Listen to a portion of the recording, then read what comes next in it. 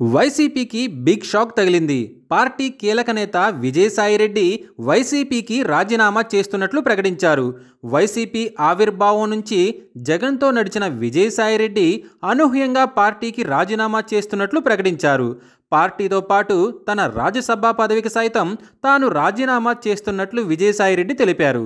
విజయసాయిరెడ్డి నిర్ణయంతో వైసీపీ వర్గాలు ఒక్కసారి షాకుకు గురయ్యాయి.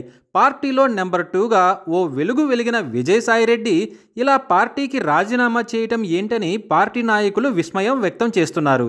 అయితే విజయసాయిరెడ్డి వైసీపీని వీడడం వెనుక ఓ నేత ఉన్నారని తెలుస్తోంది. ఆ నేత మరెవరో కాదు, గత వైసీపీ ప్రభుత్వంలో కీలకంగా వ్యవహరించిన సజ్జల రామకృష్ణారెడ్డి. ఆయన కారణంగానే విజయసాయిరెడ్డి వైసీపీని వీడారని పార్టీలో జోరుగా చర్చ సాగుతోంది.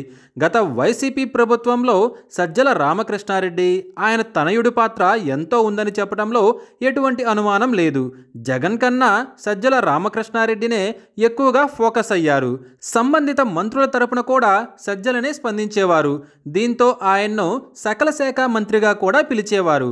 ఇక సజ్జల రామకృష్ణారెడ్డి తనయుడు సజ్జల భార్గవ్ సైతం గత ప్రభుత్వంలో కీలకంగా వ్యవహరించారు. Sajjala Bhargav YCP social media బాధ్యతలను నిర్వర్తించారు. గత ఎన్నికల్లో వైసీపీ ఘోర పరాభవం వెనుక వీరిద్దరి పాత్ర కూడా ఉందని సొంత పార్టీ నేతలు విమర్శలు గుప్పించారు. జగన్ను కలవాలంటే నాడు సజ్జల వ్యవహరించిన తీరుపైన పలువురు మాజీ ఎమ్మెల్యేలు ఆగ్రహం వ్యక్తం చేశారు. జగన్ని కలిసే అవకాశం ఇవ్వలేదని సజ్జలపై ఆరోపణలు చేశారు. కొంతమంది అయితే సజ్జల వల్లే పార్టీ ఓడిపోయిందని వ్యాఖ్యానించారు. విజయసాయిరెడ్డిని జగన్కు దూరం చేయడంలో వీరి పాత్ర ఉందనే ఆరోపణలు వినిపిస్తున్నాయి.